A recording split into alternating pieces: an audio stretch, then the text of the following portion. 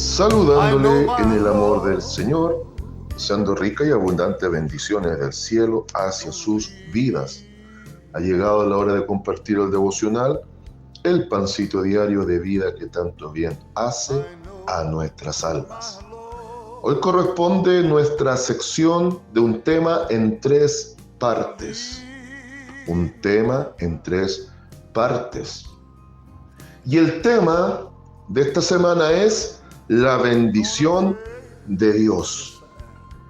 La bendición de Dios. Creo que es un tema importante, no menor e interesante. Dado que estamos viviendo un tiempo de evangelio, quizás para muchos tan fácil, un evangelio light, bajos en calorías espirituales, en donde se ha manoseado y tergiversado lo que sería realmente la bendición de Dios. Y por lo general, la expectativa que se presenta en los días actuales es que la bendición de Dios va a estar demarcada por la buena economía, por la buena salud, y como veíamos con el tema de Job, de sabiduría bíblica, para algunos incluso la pobreza, la enfermedad es signo de maldición y de estar fuera del favor de Dios. Pero ya a través de la enseñanza de sabiduría bíblica, hemos visto que muchas veces Dios va a permitir el quiebre económico, la enfermedad y las situaciones contradictorias, contrarias, negativas en nuestra vida, a fin de hacernos pasar por procesos de crecimiento para madurez y mayor conocimiento de Él. Entonces, sería bueno que indagáramos en la bendición de Dios. ¿Qué es la bendición de Dios realmente? ¿Cómo funciona? ¿Cómo se presenta la bendición de Dios? Y hoy vamos a ir a la bendición de Dios en el Antiguo Testamento. La bendición de Dios en el Antiguo Testamento. Y le pido que me acompañe, le invito, vamos a la aventura de estudiar la Biblia, al libro de Números capítulo 6, versículos 22 al 27. Obviamente estamos hablando de lo que es Pentateuco, los primeros 5 libros de la Biblia: Génesis, Éxodo, Levítico, Números, Deuteronomio. Es decir, vaya al 4.º libro de la Biblia, ahí en la empezadita de la Biblia, ¿ya? 4.º libro de la Biblia. Libro de Números, capítulo 6, versículos 22 al 27, donde habla de la bendición sacerdotal. ¿Lo encontró? Muy bien. Vamos entonces. Y leo, como estoy autorizado, en el nombre del Padre, del Hijo, del Espíritu Santo de Dios, y dice así la palabra de nuestro Señor. Jehová habló a Moisés diciendo: habla a Aarón y a sus hijos y diles: así bendeciréis a los hijos de Israel, diciéndoles: Jehová te bendiga y te guarde. Jehová haga resplandecer su rostro sobre ti y tenga de ti misericordia. Jehová alce sobre ti su rostro y ponga en ti paz. Y pondrán mi nombre sobre los hijos de Israel y yo los bendeciré. Amén. ¡Wow! Maravillosa porción bíblica de la bendición sacerdotal. Lo primero que quiero poner en antecedente para que entendamos que la bendición de Dios en el Antiguo Testamento, mucha atención, en primera instancia estaba reservada a un pueblo, el pueblo escogido, el pueblo de Israel, el pueblo de los descendientes de Israel. Obviamente sobre las demás naciones había un amor extensivo de misericordia, pero reservado a una manifestación completa con el Señor Jesucristo. De hecho, en el contexto, muchas de las naciones vecinas, primero los ojos de Dios, por ende a los ojos del pueblo, estaban en situación de pueblo maldito o de pueblos malditos, donde Dios mismo muchas veces pedía destruirlos por completo. Ahora, hay quienes dicen que ese Dios que se muestra es un Dios torturador, el cual no es Dios. Y los más locos y afiebrados en estos tiempos, que ya caen en la blasfemia y la herejía, dicen que Jehová es el nombre de un demonio y no el nombre de Dios. Por favor, eso ya no solo demuestra una ignorancia total de la Biblia o del conocimiento bíblico teológico, sino que ya son mentes que el diablo los ha encendido creyéndose genuinos creyentes, no opositores y contradictorios de la misma palabra. Porque Jehová viene siendo la derivación a nuestro idioma entendible de lo que serían las cuatro grandes letras. Las cuatro grandes letras de Éxodo 3:14. Yo soy el que soy. Y, H, V, H. Jehová. Yahvé. Jehová. ¿Cómo hacía este Dios glorioso, Jehová, Dios de los ejércitos, nuestro amado Dios, para bendecir en el Antiguo Testamento? Lo primero, lo hacía a través del sacerdocio, a un pueblo en específico. ¿Por qué perfilaba eso? Entendamos. En el Nuevo Testamento, en San Juan capítulo 4, versículo 22, dice que la salvación viene de los judíos. Entonces, comprendamos, Dios tenía un conducto regular y siempre lo ha tenido. En aquel tiempo bendecía a un pueblo a través del sacerdocio, presentando la idea que en el Nuevo Testamento el gran sumo sacerdote Jesucristo, Hebreos capítulo 4, extensible hasta el capítulo 9 y entrando al capítulo 10 con el sacrificio de Cristo, presenta a Jesús como el gran sumo sacerdote, según el orden de Melquisedec. Y como en el Antiguo Testamento bendecía a un pueblo a través del sacerdocio, presentando la idea que a través de ese pueblo y a través de ese sacerdocio se haría extensiva en algún momento al mundo, sobre todo en el lenguaje profético. Ahora, Dios bendice, y lo vamos a explicar después en, yo creo, la segunda parte de Decir Mañana, cómo Dios ahora en el Nuevo Testamento, a través de Jesucristo, viniendo a través de un pueblo, bendice al mundo entero que se rinde a Él. Bien, volvamos acá. Entonces acá, a través del sacerdocio, bendecía a su pueblo. Entonces entendemos que la bendición de Dios era bastante exclusivista en ese sentido. No que Dios tenga sus favoritos o haga acepción de personas, sino que era un tiempo preparativo para la bendición que vamos a ver después en el Nuevo Testamento. Entonces, ¿cómo era la bendición sacerdotal? Esto es muy interesante. Quienes no alcanzan a dimensionar que existe la Trinidad en Biblia también están bastante cortos de vista. No busque nunca la palabra Trinidad porque no la va a encontrar, pero sí está la evidencia doctrinal. Toda una Biblia sustenta claramente, implícitamente, que desde ahí podemos reconocer explícitamente también que Dios es un Dios trino, porque aún la bendición sacerdotal es trina. Leamos de nuevo y analicemos. Jehová habló a Moisés diciendo, Moisés era el vocero, el modelo del profeta.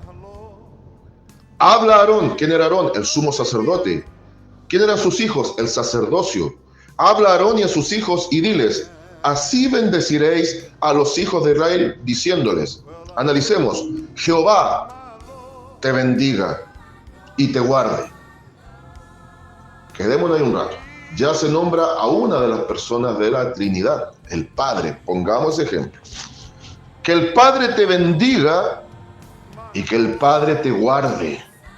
Entonces, cuando hablamos de guardar, la bendición de Dios en el Antiguo Testamento estaba muy relacionada al cuidado, a la protección que Él tendría sobre los suyos.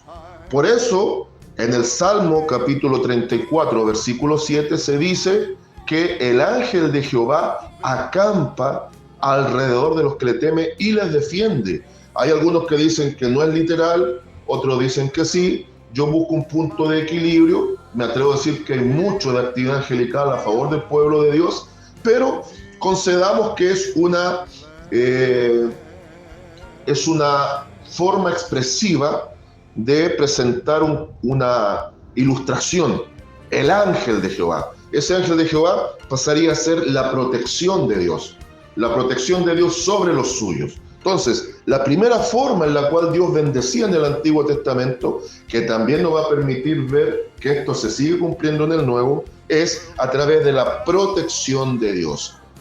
Y su mente tiene que irse al tiempo del desierto, porque el libro de Números va registrando las jornadas de Israel en el transitar de 40 años desde la salida de Egipto hasta la entrada a la Transjordania. Más allá del Jordán es lo que se llama la tierra prometida, la tierra que fluye leche y miel. Entonces lo primero, asociado a la bendición, es el cuidado y la protección de Dios.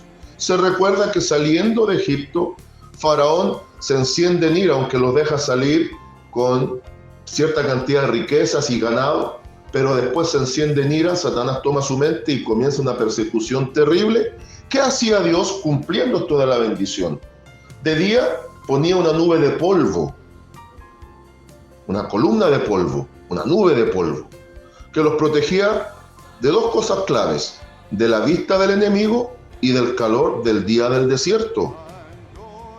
Obviamente hizo todo esto hasta que cruzaron el Mar Rojo. Pero también después estaba la idea de la protección continua con lo que fue el tabernáculo y la presencia de Dios.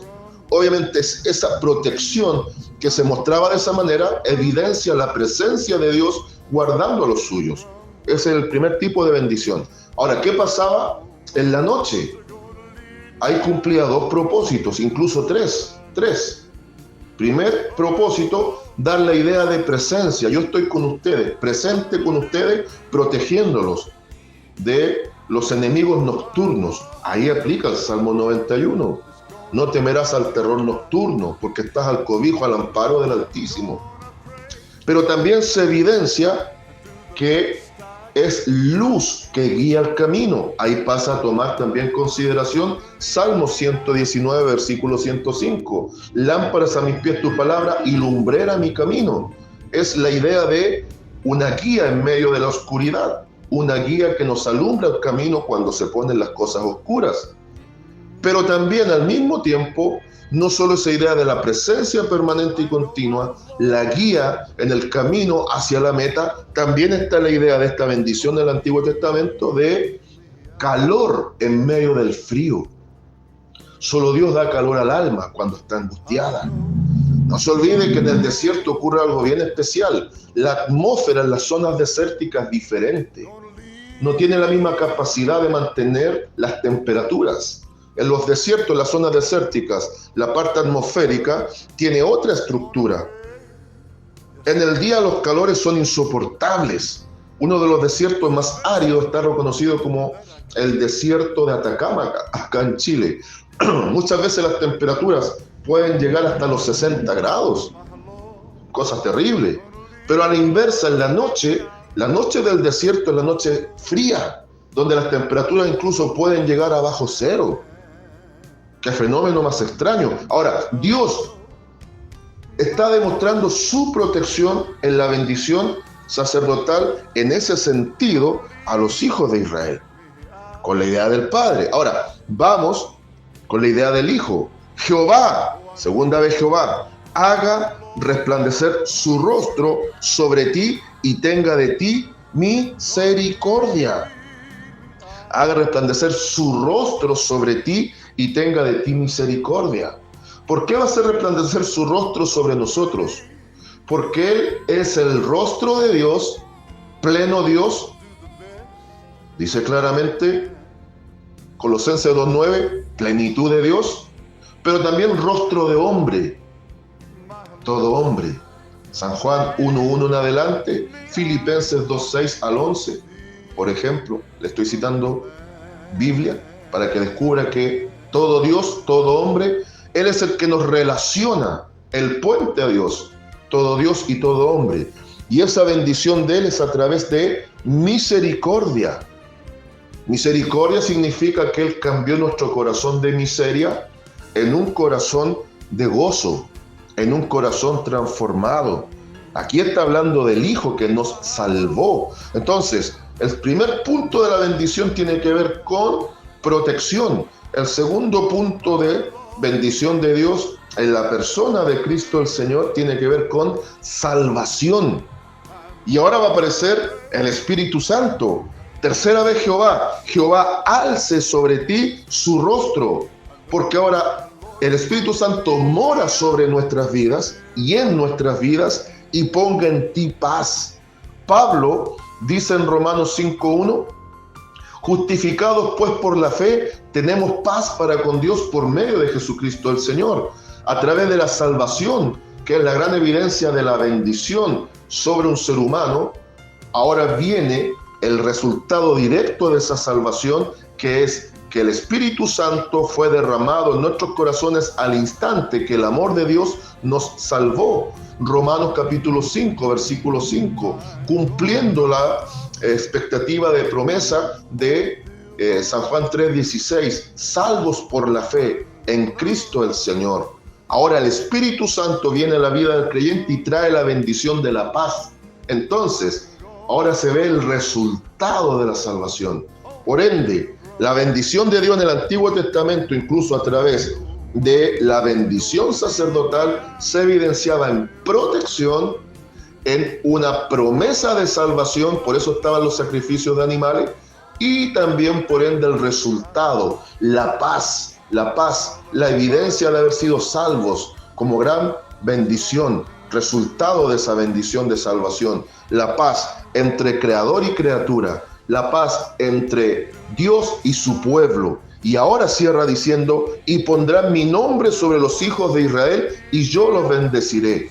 Y aquí está la gran idea presencial de Dios adoptando a hijos para su gloria. Resumen, la bendición en el Antiguo Testamento era el bosquejo a mano alzada de lo que sería la obra concluida con detalles finos en el Nuevo Testamento a través del Señor Jesucristo, el Dios Trino salvando al ser humano por medio de un pueblo de donde vendría su Hijo, la dimensión humana, todo Dios y todo hombre. Entonces la bendición de Dios no está ligada a una buena economía, una buena salud, no está ligada a una vida de éxito. El propósito tampoco tiene que ver con las expectativas que el mundo presenta respecto a una vida exitosa, no. El problema es que hay predicadores pervertidos que están, y es más, ni siquiera son predicadores, son motivadores de almas pervertidos que están desviando a mucho a lo que es la genuina bendición de Dios. Conclusión, la bendición de Dios se centra en estos 3 puntos. Número 1, protección. Número 2, salvación. Número 3, resultado de salvación. Consejo, vamos siempre a lo que la Biblia dice y no creamos lo que cualquiera enseña. Consigna y lema para el día de hoy. La bendición de Dios corresponde a el amor de Dios sobre la vida del individuo. Saludos de paz, amor y bendición desde Longaví a cada uno de ustedes. And I know my Lord's gonna lead me out.